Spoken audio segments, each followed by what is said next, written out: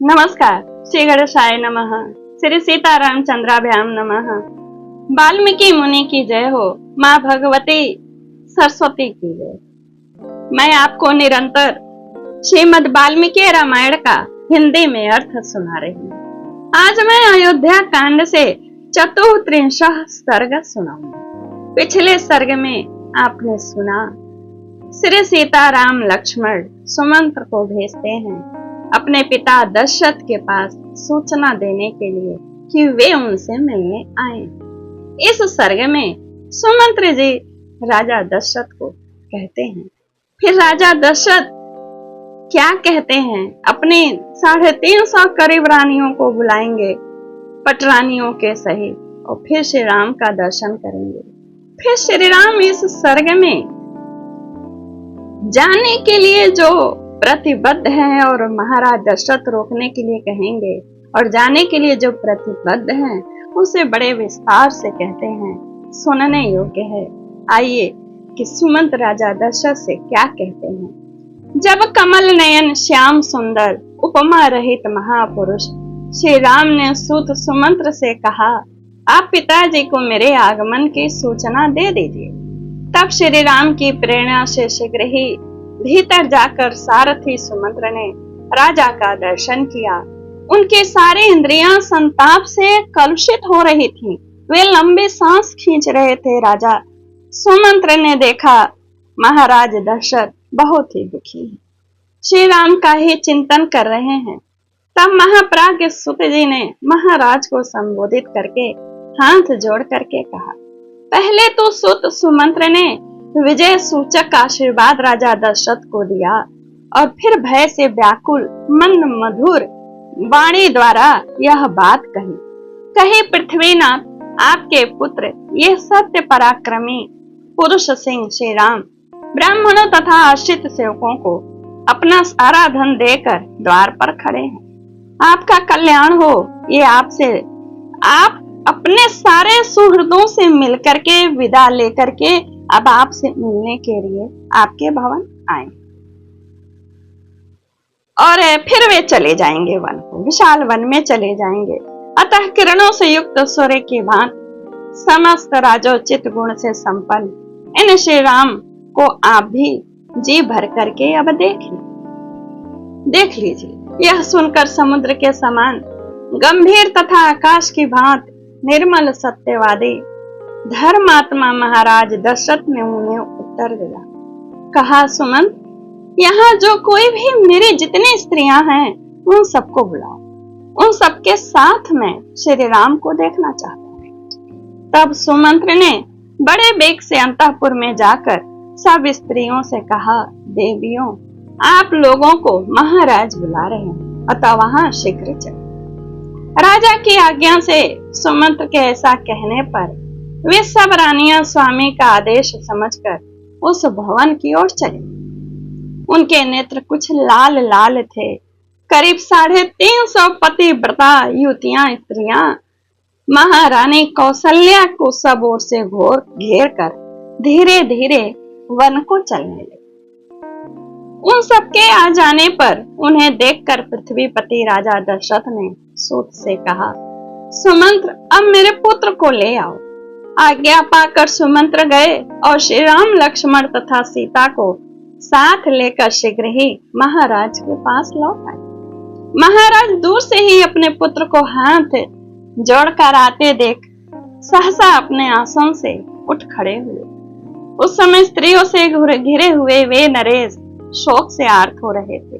श्री राम को देखते ही वे प्रजापालक महाराज बड़े वेग से दौड़कर उनके पास गए। आधे रास्ते में ही मूर्छित होकर गिर पड़े। तुरंत ही शीघ्रता से आगे बढ़ करके महारथी श्री राम और लक्ष्मण उनके बाह को पकड़ करके उठा करके सैया पर बैठाए। इतने में ही उस राजभवन में भीतर से सारे स्त्रियों को आर्तनाद करते हुए रोने की आवाज आई, जिसे देखकर श्री सीताराम लक्ष्मण सबके आंखों में आंसू आएंगे। सब रो पड़े एक साथ और शोक आंसू के सागर में डूबे हुए महाराज दशरथ 2 घड़ी के बाद फिर चेत हुआ। तब श्री राम ने हाथ जोड़कर उनसे कहा, महाराज, आप हम लोगों के स्वामी हैं। मैं दंडकारण्य को जा रहा हूँ, आपसे आज्ञा लेने आया हूँ। आप अपने कल्याणमय दृष्टि मेरी ओर देखिए। मेरे साथ लक्ष्मण को भी वन में जाने के लिए आज्ञा दीजिए। साथ ही मेरे साथ सीता को भी जाने के लिए वन में स्वीकार कीजिए, क्योंकि इन दोनों को मैंने अपने हिसाब से बहुत समझाया, पर ये दोनों यहाँ रुकने को तैयार नहीं। और अतः दूसरों को मान देने वाले नरेश, आप शोक छोड़कर हम सबको, मुझको, लक्ष्मण, सीता को भी उसी तरह वन में जाने की आज्ञा दीजिए, जैसे ब्रह्मा जी ने अपने पुत्र सनका आदि को तप के लिए वन में जाने की अनुमति दी। इस प्रकार शांत भाव से वनवास के लिए राजा की आज्ञा की प्रतीक्षा करते हुए श्री रामचंद्र जी की ओर देखकर महाराज ने उनसे कहा, रघुनंदन, मैं कैकेयी को दिए हुए वर के कारण मोह में पड़ गया हूँ। तुम मुझे कैद करके स्वयं राज्य करो ना। महाराज के ऐसा कहने पर बातचीत करने में कुशल धर्मात्मा श्रेष्ठ श्री राम दोनों हाथ जोड़कर पिता से इस प्रकार उत्तर दिया, महाराज, आप सहस्त्रों वर्षों तक इस पृथ्वी के अधिपति बने रहे।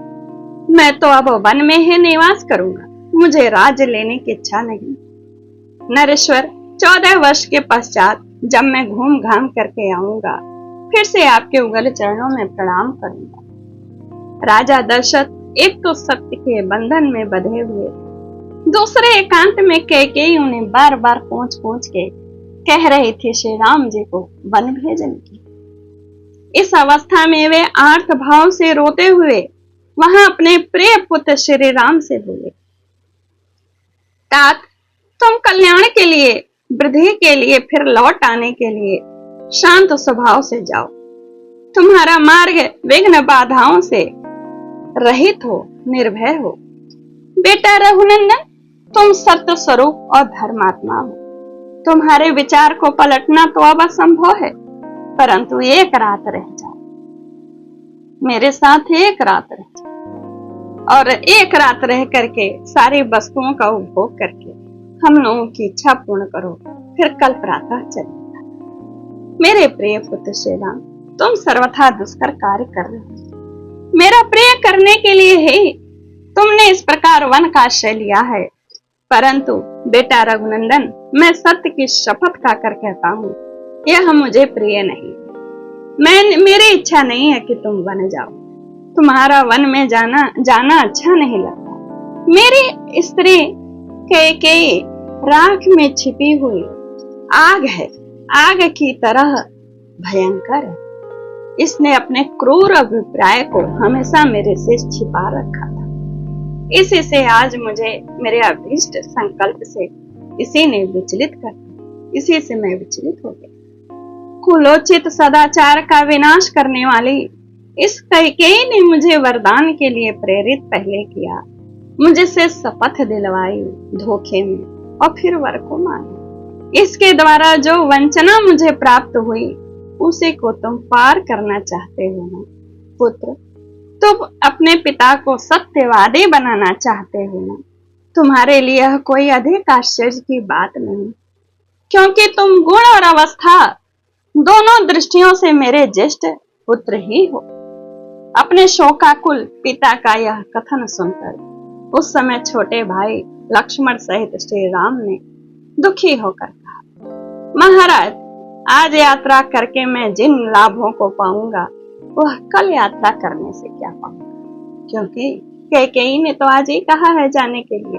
मान तो आज ही का है। राष्ट्र और यहाँ के निवासी मनुष्यों सहित धन धान्य से संपन्न यह सारी पृथ्वी मैंने छोड़ दी। आप इसे भरत को दे दे।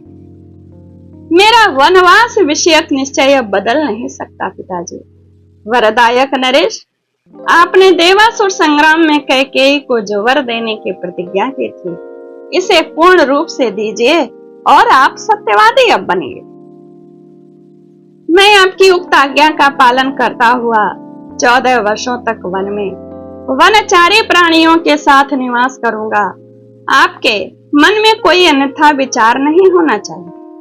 आप यह सारी पृथ्वी भरत को दे दीजिए। रघुनंदन, मैंने अपने मन को सुख देने अथवा स्वजनों का प्रिय करने के उद्देश्य से राज लेने की इच्छा तो मेरे अंदर थी नहीं, वो तो आपने दिया था, इसलिए मैंने ग्रहण करने की अभिलाषा प्रकट कर दी। आपका दुख दूर हो जाए। आप इस प्रकार आंसू न बहावें। सरिताओं के स्वामी दुर्धर्ष समुद्र शुद्ध नहीं होता है, अपनी मर्यादा का त्याग नहीं करता है। इसी तरह आपको भी शुद्ध नहीं होना चाहिए। मुझे न तो इस राज्य की, न इस सुख की, न ही इस पृथ्वी की, न इन संपूर्ण भोगों की, न स्वर्ग की और न ही जीवन की इच्छा है। पुरुष शिरोमणि, मेरे मन में यदि कोई इच्छा है तो यही कि आप सत्यवादी बने, आपके कहे हुए वचन को मैं पूर्ण करूं। यह बात मैं आपके सामने सत्य और शुभ कर्मों की शपथ खाकर कहता हूँ। तात प्रभु, अब मैं यहाँ एक क्षण भी नहीं रुकूंगा, नहीं ठहर सकता। अतः आप इस शोक को अपने भीतर ही दबा लें। मैं अपने निश्चय के विपरीत कुछ नहीं कर सकता। रघुनंदन, कैकेयी ने मुझसे यह याचना की कि श्री राम तो वन को चले जाओ। मैंने वचन दिया था कि अवश्य जाऊंगा। उस सत्य का मुझे पालन करना। देव, बीच में हमें देखने भी आप मत आना, हमसे मिलने की उत्कंठा मत करना। शांत स्वभाव वाले मृगों से भरे हुए वनों में और भांति भांति के पक्षियों को कलरव करते हुए उस वन में हम लोग बड़े आनंद से रहेंगे। तात पिता, देवताओं के भी देवता माने गए हैं, अतः मैं देवता समझकर ही आप पिता की आज्ञा का पालन करूंगा। निपश्रेष्ठ, अब यह संताप छोड़िए। 14 वर्ष बीत जाने पर आप फिर मुझे यहाँ आया हुआ देखेंगे, यह सोच करके आप प्रसन्न होइए। पुरुष सिंह, यहाँ जितने लोग आंसू बहा रहे हैं उन सबको धैर्य बंधाना आपका कर्तव्य है। आप स्वयं ही इतने विकल कैसे हो रहे? यह नगर, यह राज्य और यह सारी पृथ्वी मैंने छोड़ दी। आप यह सब कुछ भरत को दे दीजिए। अब मैं आपके आदेश का पालन करता हुआ दीर्घ काल तक वन में निवास करता हुआ यात्रा कर रहा हूं। करने के लिए मैं यात्रा करने जा रहा हूं।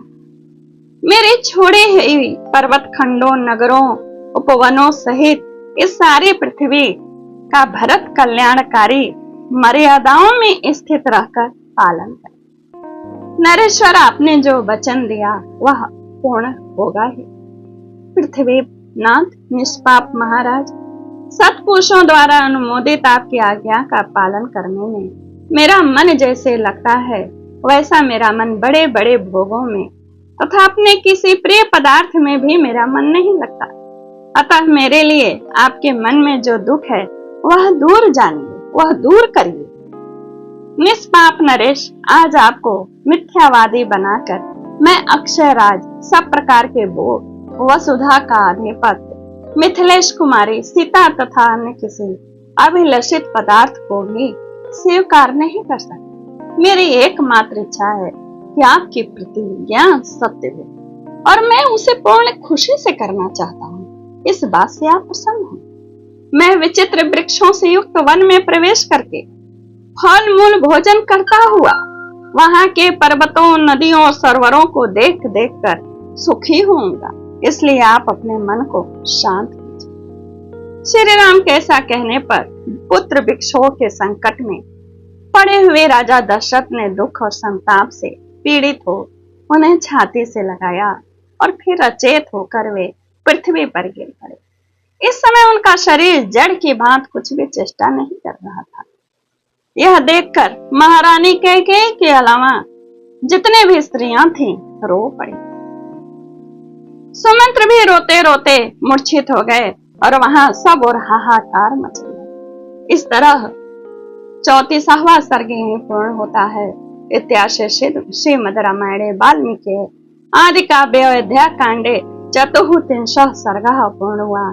नमस्कार, जय श्री कृष्ण। आप शुरू से आखिरी तक सुना करिए, लाइक कमेंट शेयर किया करिए। नमस्कार, धन्यवाद।